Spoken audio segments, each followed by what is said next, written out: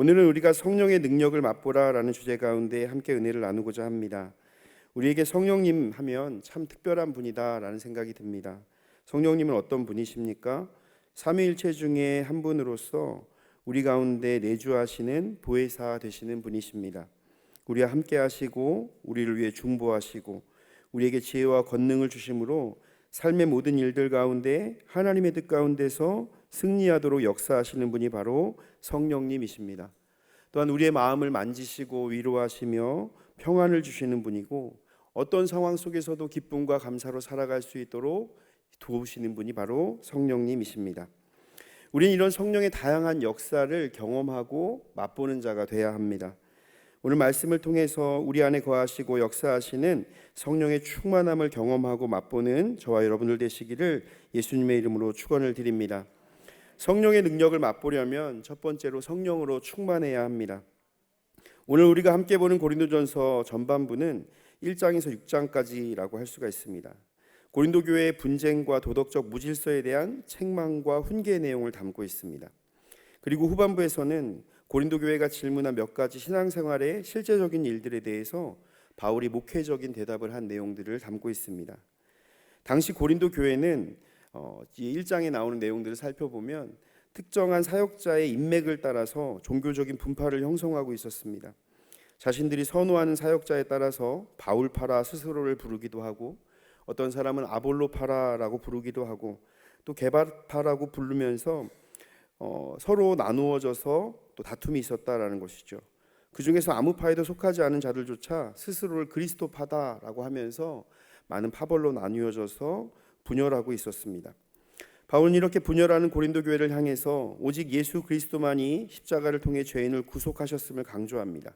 그러니까 누가 더 말씀을 잘 전하고 나는 누구에게 세례를 받았고 이런 것들이 중요한 것이 아니라 우리를 구원하신 예수 그리스도만이 우리의 구원자가 되시고 그분이 우리의 삶의 중심이 되시고 그분만을 따라야 된다라는 것을 알려주었던 것입니다. 이제 오직 예수 그리스도만이 우리를 구원하시고 그 십자가만이 우리에게 능력과 지혜가 된다는 것을 고백하면서 이 세상의 지혜로는 우리를 판단하거나 그런 것들을 교회로 갖고 와서는 안 된다는 것들을 전하고 있는 것이죠. 예수 그리스도의 십자가는 세상의 지혜로는 알 수 없는 하나님의 능력과 지혜이며 우리 그리스도인들에게는 유일한 자랑거리라고 할 수가 있습니다. 왜 그렇습니까? 자신의 아들을 내어주시고 죄인들을 위해 그 생명을 죽기까지 그 희생하심을 통해서 우리의 죄를 대속하셨다. 이것은 세상에 누구도 알 수 없고 이해할 수 없는 방식이었습니다.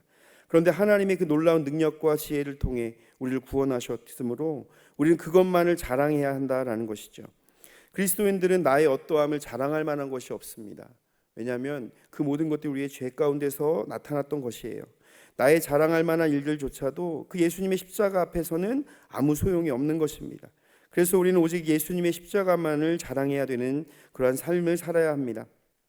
그래서 오늘 우리가 함께 읽은 말씀 좀 앞에 5절을 보면 너희 믿음이 사람의 지혜에 있지 아니하고 다만 하나님의 능력에 있게 하려 하였노라 라고 기록하면서 우리의 믿음, 예수 그리스도를 통해서 얻어진 그 놀라운 하나님의 은혜와 비밀을 깨닫게 된 그 모든 것들이 하나님의 은혜이고 하나님의 능력으로 말미암은 것이다. 이게 사람의 지혜가 아닌 하나님의 지혜로만 알 수 있는 것이다 라고 말하고 있습니다. 바울은 이 지혜는 세상 누구도 알 수 없도록 하나님이 감추셨던 것이지만 우리를 위해 예비하시고 예정하신 것이다 라고 말하고 있어요. 7절을 보시면 오직 은밀한 가운데 있는 하나님의 지혜를 말하는 것으로 곧 감추어졌던 것인데 하나님이 우리의 영광을 위하여 만세전에 미리 정하신 것이다 라고 말합니다. 감추어졌던 지혜, 이 복음은 하나님이 보여주셔야만 볼 수 있는 것이다 라는 거예요. 그리고 하나님께서는 믿는 자들을 위해서 이 시간, 태초의 시간이 발생하기도 전에 하나님의 지혜로 구원의 은혜를 예비하셨습니다. 이렇게 예비하신 지혜를 통해 얻을 수 있는 것, 구원의 은혜를 누릴 수 있는 것이 바로 성령으로 말미암아서입니다. 우리가 구원받았다라고 고백하는 것, 예수 그리스도를 나의 구주가 되신다고 고백하는 것, 내 모든 죄가 용서함을 받았다라고 고백하는 것은 그냥 우리의 확신 안에서 나오는 것이 아니라 성령께서 우리 가운데 들어오셔서 내주하시면서 우리의 마음 가운데 감동을 주셔서 그걸 통해 고백하게 하실 때 가능한 일이다라는 것입니다. 그러므로 우리가 구원의 은혜를 누렸다면 우리는 이미 성령의 충만함을 경험한 사람이라고 말할 수가 있습니다. 우리가 성령의 충만함으로 예수 그리스도를 나의 구주로 고백하고 하나님의 구원의 은혜를 얻게 되는 것입니다.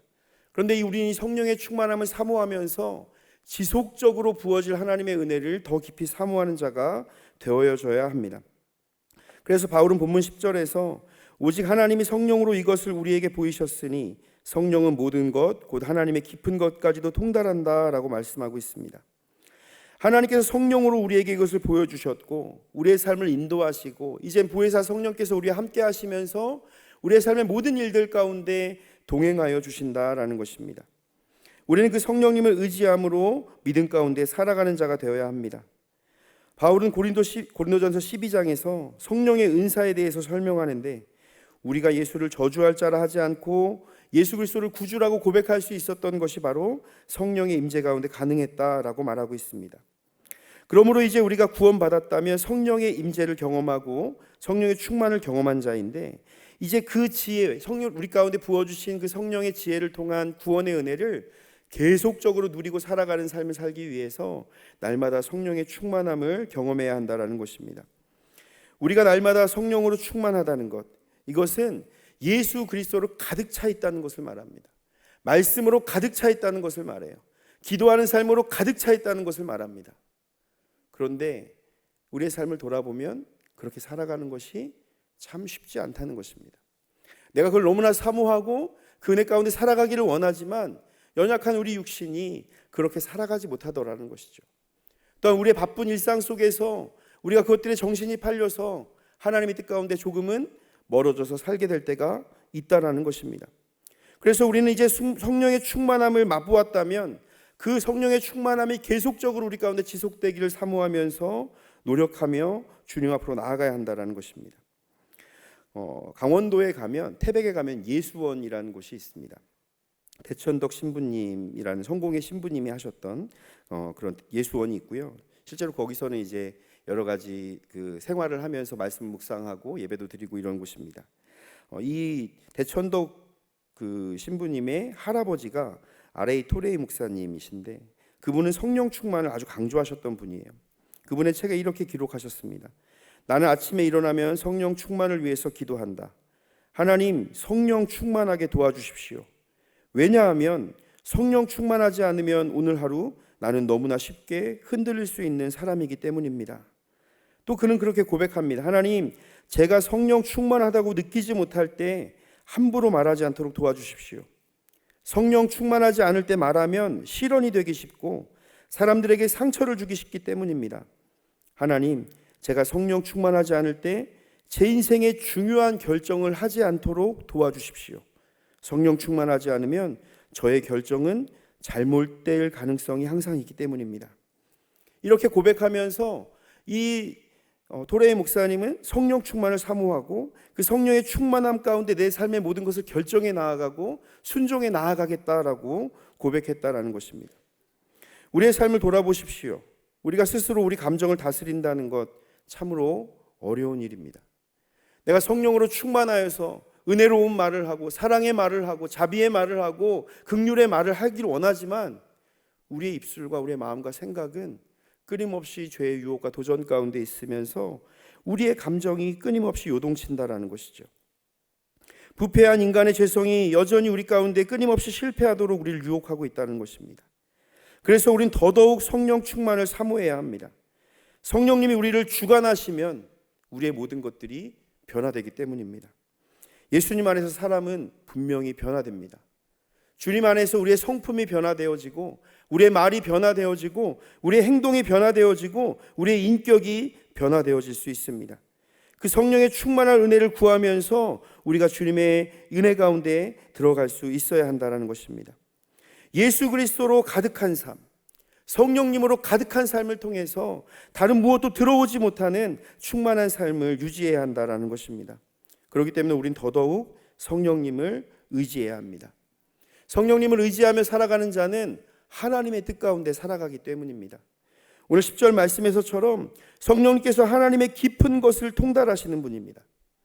하나님의 모든 것들을 알고 계시는 거예요. 하나님의 심오한 뜻과 속성, 은혜의 계획을 우리는 다 알 수 없지만 성령님은 모든 것을 알고 완전하게 이해하시는 분이십니다. 그 성령님께서 우리에게 말씀하여 주신다는 거예요. 우리의 삶을 인도해 주신다는 겁니다. 성령으로 충만할 때 주님의 뜻 가운데로 나아갈 수 있도록 우리를 이끌어 주신다라는 것입니다. 그렇게 성령의 충만함 가운데 살아가기 시작하는 사람들은 환경을 넘어서는 기쁨을 맛보게 되는 것입니다. 환경을 초월하는 은혜를 맛보게 되는 것이에요. 우리가 이 땅을 살아가면서 항상 즐겁지만 않고 분명히 고난과 고통이 찾아오지만 그럼에도 불구하고 기쁨을 고백할 수 있는 것, 감사를 고백할 수 있는 이유 무엇입니까?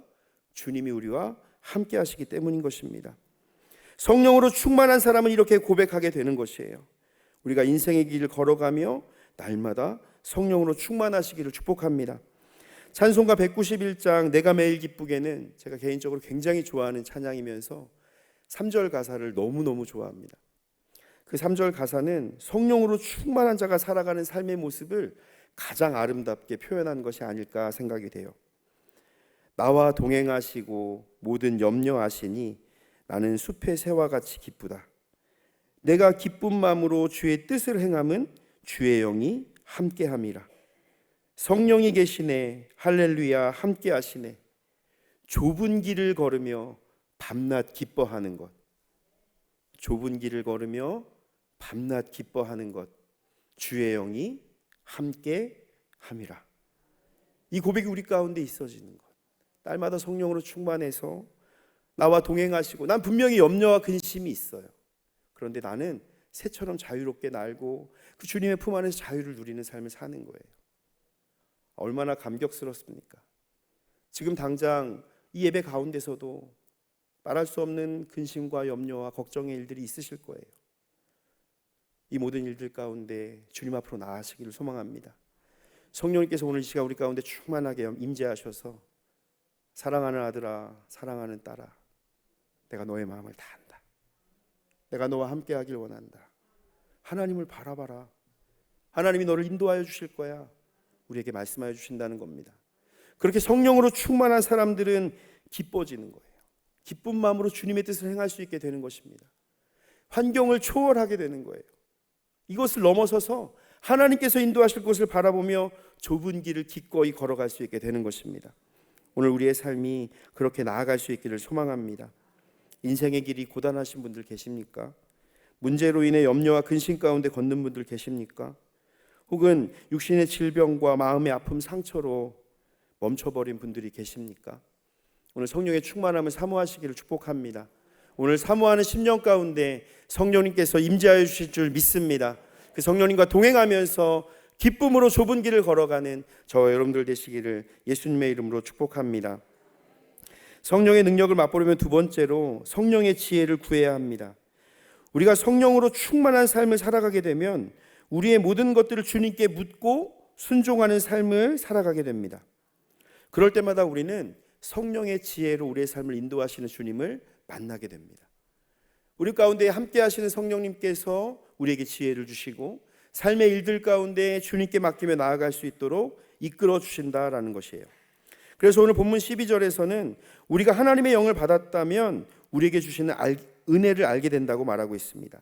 12절 말씀을 제가 한번 읽겠습니다. 우리가 세상의 영을 받지 아니하고 오직 하나님으로부터 온 영을 받았으니 이는 우리로 하여금 하나님께서 우리에게 은혜로 주신 것들을 알게 하려 하심이라. 아멘. 우리가 세상 영을 받지 않고 이제 하나님으로부터 온 그 성령을 받았는데 그 성령을 받은 사람은 어떻게 살게 되느냐? 하나님께서 우리에게 은혜로 주신 것들을 알게 된다는 겁니다. 이것이 바로 성령의 지혜로 알게 되는 것들이에요. 하나님이 우리에게 은혜로 베풀어 주신 것들을 알게 된다는 거예요. 그러니까 성령으로 충만한 사람은 이 세상을 그냥 그대로 바라보지 않는다는 것입니다. 그냥 삶의 문제만 바라보게 되면 불평과 불만으로 가득 찰 수밖에 없어요. 그런데 주님이 나와 함께 하심으로 그것들을 바라보게 될 땐 이 일 가운데 하나님이 무슨 일을 행하실까를 바라보게 되고 어떻게 이것들을 변화시킬까를 바라보게 되면서 그 삶의 태도가 완전히 다른 삶을 살아가게 된다는 것입니다. 우리는 이것을 영적 분별력이라고 표현할 수 있습니다. 믿는 사람들이 이 시대를 살아가면서 영적인 분별력을 가지고 살아가야 한다는 것이에요. 바울은 본문 12절에서 세상의 영과 하나님으로부터 온 영을 구분해서 표현하고 있습니다. 세상의 영이란 무엇입니까? 하나님과 대적하는 영적인 모든 세력을 가리키는 말입니다. 즉 사탄과 그의 영적인 영향력 아래에 있는 모든 세력을 말하는 것이에요. 세상 사람들은 세상의 영에 사로잡혀서 세상적인 지혜를 기준으로 모든 것을 판단하고 그 평가에 의해서 살아갑니다. 그래서 세상의 영은 하나님의 방법을 대적하고 하나님 자체를 대적하고 자기중심적으로, 인간중심적으로 살아가도록 만든다는 것입니다. 왜냐하면 이 모든 것들이 세상의 질서와 순리대로 되어진다고 한다면 그것을 가장 잘 알고 있는 자들이 그것을 이끌고 나아가는 것이 맞지 않겠습니까? 그러니까 세상으로부터 온 영은 하나님의 방법과 방식을 거절하고 그 사탄의 아래에 있는 모든 세상의 방법들을 포용하고 받아들인다는 거예요. 그리고 그대로 살아가게 된다는 것입니다. 이러한 관점에서 고린도 교회를 한번 바라본다면 이들은 지금 하나님의 영으로 충만한 것일까요? 세상의 영으로 틈타고 있는 것일까요? 교회가 분열되고 각자 원하는 그 지도자를 따라가고 서로를 비방하고 공격하는 모습은 분명히 하나님으로부터 온 영으로 된 자들은 아닐 것입니다. 세상의 그런 유혹 가운데 넘어지고 있었던 모습을 보여주고 있는 것이에요. 세상의 영에 물들어버린 모습을 보여주고 있는 것입니다. 그래서 그들은 서로 당을 짓고 질책하고 분열하고 다투게 되었다라는 것이죠. 그런데 하나님으로부터 온 영을 받은 자는 하나님의 구원의 은혜와 더불어 풍성한 은혜를 알고 누리는 자입니다. 그래서 그 성령님을 통해서 우리 주신 은혜를 깨닫고 성령의 조명하심을 따라서 우리의 삶을 비춰보면서 하나님의 지혜 가운데 살아가게 된다는 것이에요. 그러니까 우리가 주님의 은혜 가운데 살아가게 되고 영적인 분별력을 갖는다는 것은 하나님의 기준으로 이 땅을 바라보고 하나님이라는 시선 가운데 이 땅을 바라보고 하나님의 뜻 가운데 살아가는 것을 의미합니다. 이렇게 하나님의 지혜를 깨닫고 알게 된다는 것은 단순히 지식적인 것을 넘어서서 인격적이며 체험적인 것을 의미합니다. 이것은 성령의 임재를 경험하고 날마다 성령으로 충만한 삶을 사는 것을 얘기하는 것이죠. 그렇게 충만하게 사는 사람들, 이 사람들이 하나님과의 동행함을 기쁨을 맛보면서 성령의 지혜 가운데 이 땅을 살아가게 된다는 것입니다. 십자가의 복음을 아는 것으로 그치지 않고 그 은혜를 맛봄을 통해서 이제 나의 삶 가운데 계속적으로 반복되고 더 크게 부어주시는 은혜를 맛보는 믿음의 삶을 살아가게 되는 것입니다. 그럼 우리가 이런 영적 분별력을 갖기 위해서 세상의 영과 세상의 지혜가 아닌 오직 성령의 가르치심을 따라 살아가는 복된 삶이 되시기를 축복합니다. 우리가 이렇게 성령의 가르치심을 받고 성령의 지혜를 사모함으로 그것을 받게 되었을 때 우리가 영적인 분별력을 갖게 되는 거예요. 그래서 13절을 보면 우리가 이것을 말하거니와 사람의 지혜가 가르친 말로 아니하고 오직 성령께서 가르치신 것으로 하니 영적인 일은 영적인 것으로 분별하느니라 라고 기록하고 있습니다.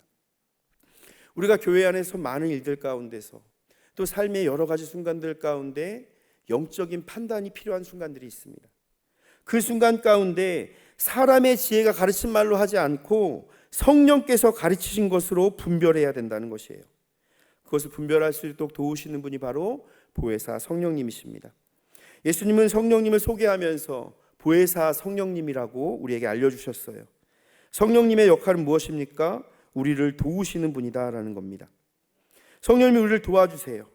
예수님께서 떠나신 후에 우리와 함께 계시면서 우리의 삶의 모든 것들을 도우시는 분이다라는 것입니다. 그래서 예수님께서는 성령님을 소개하면서 요한복음 14장 16절에 내가 아버지께 구하겠으니 그가 또 다른 보혜사를 너희에게 주사 영원토록 너희와 함께 있게 하리니 라고 말씀하셨습니다. 성령님은 오늘 이 시간도 우리 가운데 함께 하시는 줄 믿습니다. 우리의 인생의 모든 걸음 가운데 함께 하시는 줄 믿습니다. 그 보혜사 성령님을 의지하면서 주님이 주시는 마음 가운데 이 땅을 살아가라는 거예요. 성령께서 가르쳐 주신 것으로 판단하고 살아가라는 것입니다. 그렇게 우리가 살아갈 때에 성령님께서 우리를 도우신다는 겁니다. 그래서 요한복음 14장 26절에는 또 이렇게 기록합니다. 보혜사 곧 아버지께서 내 이름으로 보내실 성령 그가 너희에게 모든 것을 가르치고 내가 너희에게 말한 모든 것을 생각나게 하시리라. 아멘. 우리가 삶의 문제 가운데 부딪히게 될 때, 어려움 가운데 부딪히게 될 때 이런 경험들이 있으실 거예요. 막 기도하던 중에 어떤 말씀이 갑자기 불현듯 마음 가운데 확 스쳐 지나갈 때가 있습니다. 막 기도하고 있는데 그 말씀이 마치 막 음성처럼 막 마음 가운데 되뇌어질 때가 있어요. 성령님께서 알려주시는 거죠. 주님이 이렇게 말씀하셨지 않냐라고 우리가 말씀해 주시는 거예요. 갑자기 찬양 가사가 막 떠오르고 찬양이 막 입에서 나와요. 막 찬양을 부르다 보니까 그 찬양 안에 문제의 답이 다 들어있어요. 우리가 이런 경험들을 하잖아요. 이것이 성령께서 우리 가운데 말씀해 주시는 거예요. 깨닫게 하시는 겁니다. 우리가 간절히 사모하고 주님 어떻게 해야 될까요? 고민하면서 주님 앞에 나아갈 때 주님께서 말씀을 통해 우리에게 깨닫게 하시고, 또 때로는 우리 가운데 함께 있는 믿음의 우리 지도자들인 교역자들과 또 믿음의 동역자들을 통해서 주님의 마음을 알게 하심으로 우리 가운데 주시는 그 성령의 깨달음을 통해서 우리가 이 땅을 살아가게 된다는 것입니다. 성령님은 진리의 영으로서 우리를 온전한 진리로 인도하시고 하나님의 말씀을 이해할 수 있도록 도와주신다는 겁니다. 성경은 하나님의 감동으로 된 것인데 성령께서 그것을 아시기 때문에 우리에게 말씀해 주신다는 거예요. 알려주시고 깨닫게 하신다는 겁니다. 때로는 우리가 잊어버리고 살고 있으면 생각나게 하신다는 거예요. 그 성령의 역사가 우리 가운데 일어나게 되는 것입니다. 그렇게 성령님께서 우리 가운데 오시기를 사모할 때 요한복음 16장 13절에 예수님이 이렇게 말씀하셨어요. 진리의 성령이 오시면 그가 너희를 모든 진리 가운데로 인도하시리니 그가 스스로 말하지 않고 오직 들은 것을 말하며 장래일을 너희에게 알리시리라. 아멘. 성령님이 오셔서 우리에게 예수님께서 가르치신 것을 생각나게 해주세요. 그리고 나서 우리가 삶 가운데 어떤 걸로 가야 돼, 어떤 길로 가야 될지 방향을 몰라 헤맬 때 진리에게로 인도해 주시는 분이 바로 성령님이시다라는 것입니다. 그러므로 성령님께서 우리가 하나님의 뜻을 더 잘 이해하고 삶의 방향을 제시받을 수 있도록 도와주시는 분이에요. 그리고 우리를 위로하심으로 우리가 지쳐있고 낙심할 때에 좌절하고 넘어져서 일어날 힘조차 없는 그 순간에도 우리를 안위하시고 위로해 주시며 하나님의 사랑과 소망을 우리 가운데 부어주시는 분이죠. 그래서 다시 일어날 힘을 부어주시는 분이 바로 성령님이십니다. 그래서 우리 내면의 상처를 치유하시고 회복시켜 주시는 분이라는 겁니다. 그 성령님을 의지하면서 우리가 이 땅을 살아갈 때 성령의 지혜로 말미암아 영적인 분별력 가운데 하나님의 길을 걸어갈 수 있게 될 줄 믿습니다. 이러한 영적인 분별력을 갖고 살아가는 사람들, 이것은 하나님의 뜻 가운데에서 참된 것을 바르게 판단할 수가 있습니다. 올바른 결정을 내리고 진리를 향해 나아갈 수 있게 된다는 거예요. 그런데 어떤 그리스도인들은 착각할 때가 있습니다. 삶의 모든 것을 하나님께 물어야 되는 거 아니야? 라고 생각하기 쉽습니다. 이 말에는 두 가지 의미가 있어요. 삶의 모든 것, 우리가 알 수 없는 하나님의 계획하심과 인도하심을 구하고 나아갈 때 성령님이 우리에게 분별력을 주시고 인도해 주십니다. 그런데 때로는 이제 아주 어린아이와 같은 생각인데요. 하나님 이거 먹어야 돼요, 저거 먹어야 돼요. 하나님 여기로 가면 어떻게 돼요, 저 어떻게 돼요. 아유 하나님 무서워서 이것도 못하겠어요. 이런 거는 하나님께서 우리에게 주신 지혜로 감당할 수 있다는 거예요. 그런 걸 분별하라는 게 아닙니다. 우리가 도무지 알 수 없는 삶의 길 가운데 이제 우리가 스스로 해낼 수 있는 일들을 물어보는 것이 아니라 내가 도저히 감당할 수 없고 내 지식으로는 도대체 어떤 길로 가야 될지 모를 만한 어려운 문제를 만날 때마다 성령님 내가 어디로 가야 합니까? 주님 나에게 갈 길을 알려주십시오. 어느 것이 바른 것인지 분별할 수 있도록 성령님 지혜를 주십시오 라고 기도하라는 것입니다. 이것이 성령의 분별력을 가지고 영적인 분별력을 가지고 이 땅을 살아가는 참된 모습이다라는 것이에요. 우리가 이렇게 성령의 분별력을 갖게 되고 영적인 분별력을 갖게 된 사람들은 올바른 선택을 하게 되는 거예요. 하나님의 원칙을 바탕으로 행동하게 되고 올바른 선택을 하게 된다라는 것입니다. 올바른 선택이 무엇입니까? 세상이 보기에는 고난과 고통, 위기와 두려움의 일처럼 보여도 하나님을 사랑하니까 하나님의 길을 선택하는 거예요. 이게 올바른 선택입니다. 잘 되는 걸 선택하는 게 아니에요. 고난이 보이고 나 이거 한다고 그러면 고통스러울 것 같은데, 내 시간 헌신해야 될 것 같은데, 내 삶을 드려야 될 것 같은데 하나님 사랑하니까, 주님이 가라 하니까 가는 거예요. 그게 영적인 분별력이 있는 사람의 삶인 것입니다. 우리는 이것을 기억해야 돼요. 하나님이 우리를 선한 곳으로, 궁극적으로 아주 좋은 곳으로 인도하시는 건 맞습니다. 근데 그때로는 그 길이 고난이 있을 수 있어요. 그럼에도 불구하고 내가 하나님 사랑하니까 하나님 가라 하시면 가겠습니다. 이것이 성령의 지혜 가운데 살아가는 사람의 모습인 것입니다. 세상 사람들이 보기에 이해가 안 돼요. 멍청해 보여요. 미련해 보여요. 그럼에도 불구하고 우직하게 주님 가라는 길로, 주님 이끄시는 길로 한 걸음씩 나아가는 삶, 그것이 성령의 지혜 가운데 살아가는 삶인 줄 믿습니다. 사랑하는 성도 여러분, 성령의 지혜를 구하시기를 축복합니다. 그 길이 어떤 길인지 우리는 알 수 없지만 성령의 도우심을 경험하면서 주님의 이끄심을 맛보면서 우리의 삶을 채우시고 그 문제 앞에서 우리 가운데 놀랍게 역사하시는 그 주님의 은혜를 경험하면서 믿음으로 함께 나아가 주님의 역사를 경험하는 복된 삶 되시기를 축복합니다. 세 번째로, 성령의 능력을 맛보려면 성령의 역사를 경험해야 합니다. 우리는 성령의 역사를 경험해야 합니다. 우리가 성령의 역사를 경험하는 것이야말로 성령의 능력을 맛보는 가장 확실한 증거가 됩니다. 이런 생각이 들었어요. 식당가를 지나가면 음식 냄새가 막 나잖아요. 중국집을 지나가면 중국집 냄새가 나고 청국장집을 지나가면 청국장 냄새가 납니다. 그럼 그 길을 쭉 걸어갔으면 내가 그걸 다 맛본 건가요? 냄새만 맡은 거잖아요. 냄새만 맡은 거예요. 우리가 은혜의 자리 가운데서 비슷한 경험들이 있습니다. 내가 성령의 임재를 맛봐야 되는데 막 다 뜨겁게 기도했어요. 같이 막 음악도 나오고 막 기도하니까 나도 기도한 것 같고, 그 시간이 한 30분, 1시간 막 지났어요. 나도 막 기도하고 은혜 받은 것 같았어요. 그런데 나는 성령이 충만한 것 같은 확신이 잘 안 들어요.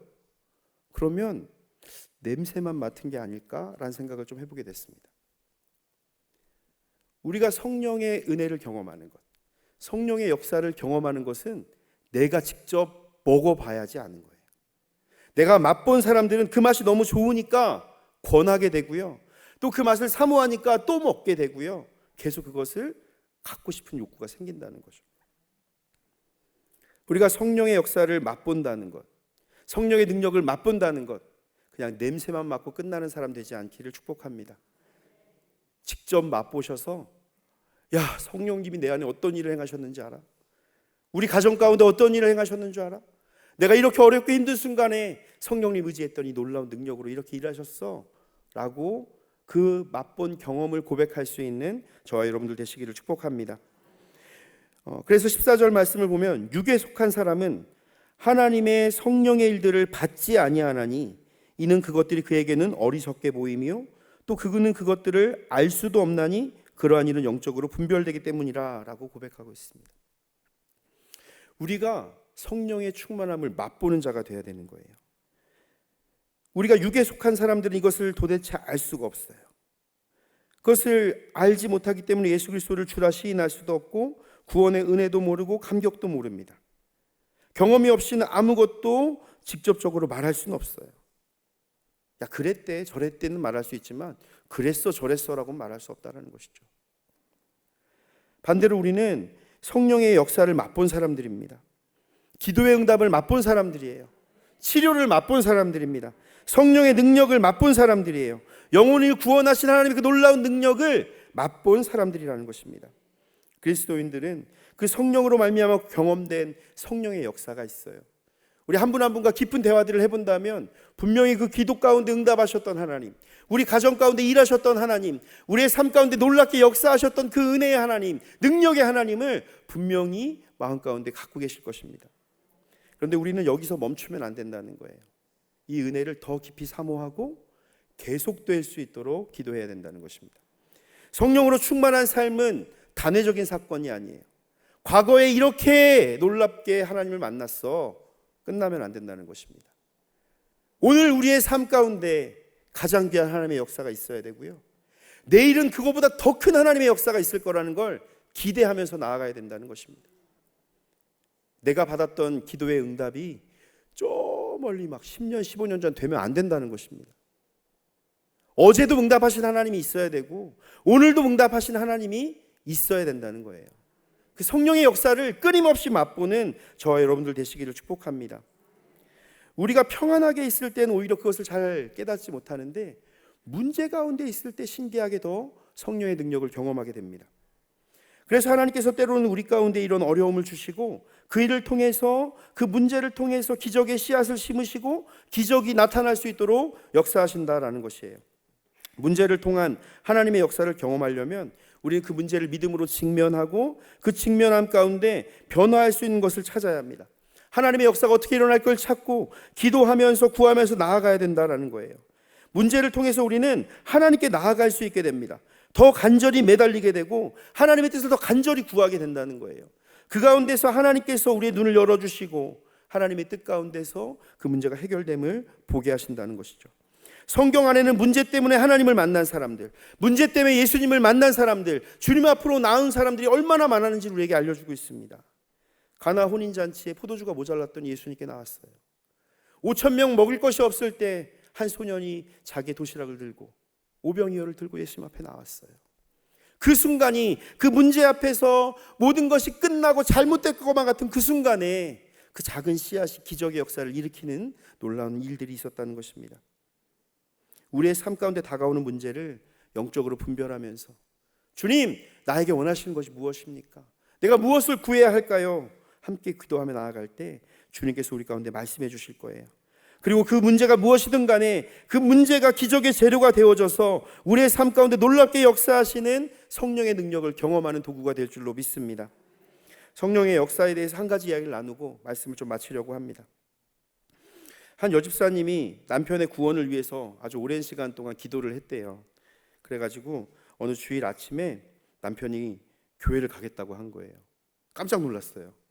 자기가 얘기도 안 했는데 갑자기 남편이 나 오늘 당신이랑 교회 한번 가보려고 하는데 이렇게 얘기했대요. 마음에 오늘이 기도의 응답이 되는 날인가 보다, 이게 마음이 들었어요. 또 한편으로는 이렇게 오래 걸려서 갔는데 또 한 번 가고 안 간다면 어떡하지? 라는 두려움이 확 들었습니다. 이 남편이 항상 사업하고 돈 버는 일에만 몰두했던 사람이라 이런 신앙의 일들을 얘기하는 게 너무 부담스러웠었는데 남편이 먼저 얘기하니까 마음에 너무 좋았던 거예요. 근데 사실 이 집사님은 계속 이 남편의 구원을 위해서 기도하고 계셨거든요. 이제 교회를 가면서 아내가 여러 가지 생각들이 들어요. 한 번 의심이 오니까 남편이 한 번만 오지 않고 계속 왔으면 좋겠으니까 계속 막 걱정이 되는 거예요.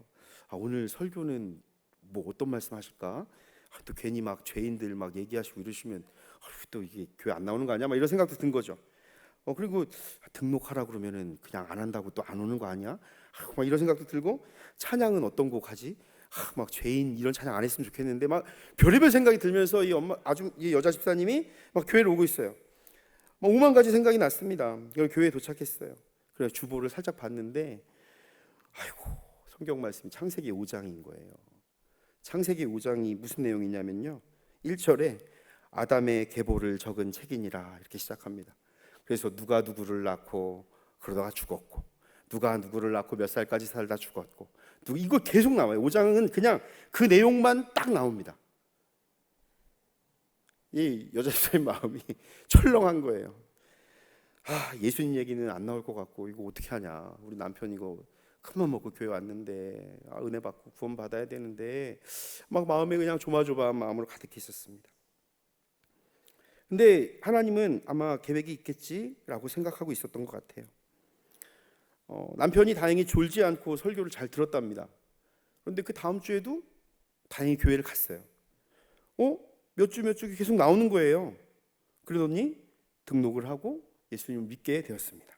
완전 할렐루야죠.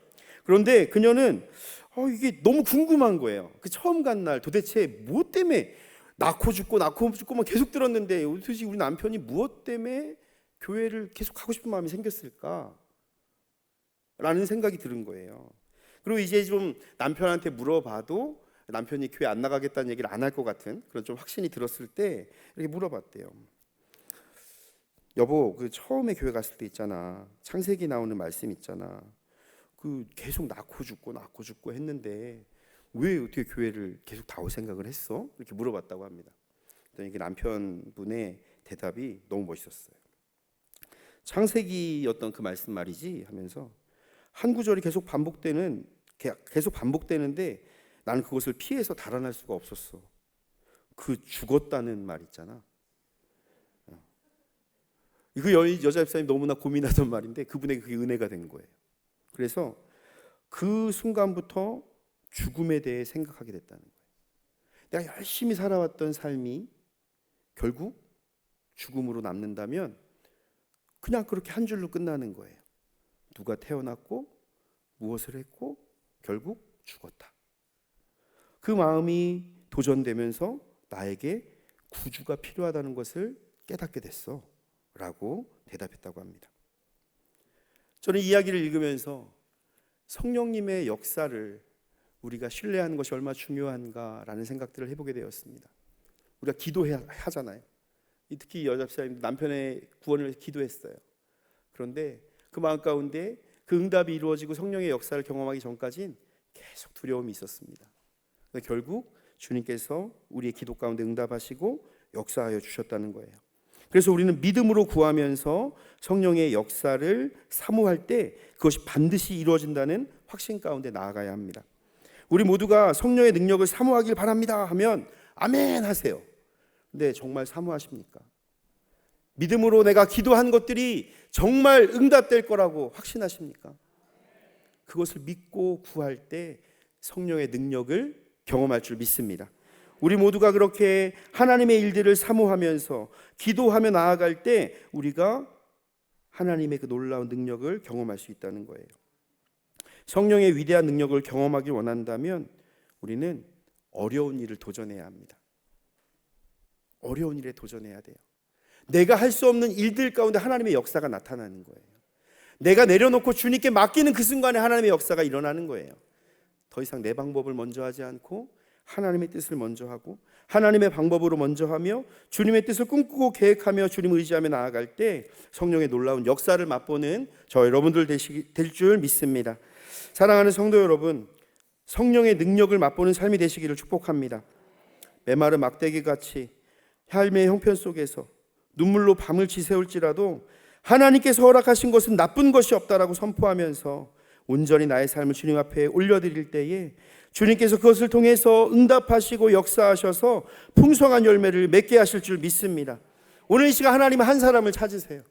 하나님을 온전히 신뢰할 한 사람, 모든 것을 믿고 맡길 수 있는 한 사람, 주님 앞에 나의 삶의 전부를 내어놓겠다고 고백하는 한 사람, 그 한 사람을 주님은 찾고 계십니다. 하나님께서는 그 한 사람을 통해서 하나님의 가장 위대한 일들을 이루시고 풍성한 열매를 맺게 하시는 분이십니다. 하나님으로부터 시작될 위대한 일을 기대하면서 나의 삶을 맡겨드리고 나의 가정을 올려드리고 나의 삶의 모든 지경을 주님 앞에 맡겨드릴 때 성령의 놀라운 역사가 우리의 삶 가운데 나타날 줄 믿습니다. 사랑하는 성도 여러분, 오직 성령으로 충만한 삶을 사시기를 축복합니다. 성령의 지혜를 구하며 성령의 능력을 경험하시기를 축복합니다. 성령의 인도하심을 경험하고 맛보며 주님께 영광을 돌리고 날마다 주님의 뜻을 함께 이루어가는 저 여러분들 되시기를 예수님의 이름으로 축원을 드립니다. 이 시간 함께 기도하기를 원합니다. 이 시간 기도하실 때 성령이 이 시간 우리 마음 가운데 임재하여 주시옵소서. 성령의 충만함으로 매일매일 살아가게 하여 주시옵소서. 의심하지 아니하고 간절히 기도하며 주님의 응답의 역사, 성령의 능력의 역사를 경험하는 우리 모두의 삶이 될 수 있도록 역사하여 달라고 우리 주님 이름 세 번 간절히 부르신 후에 합심으로 기도하겠습니다. 주여.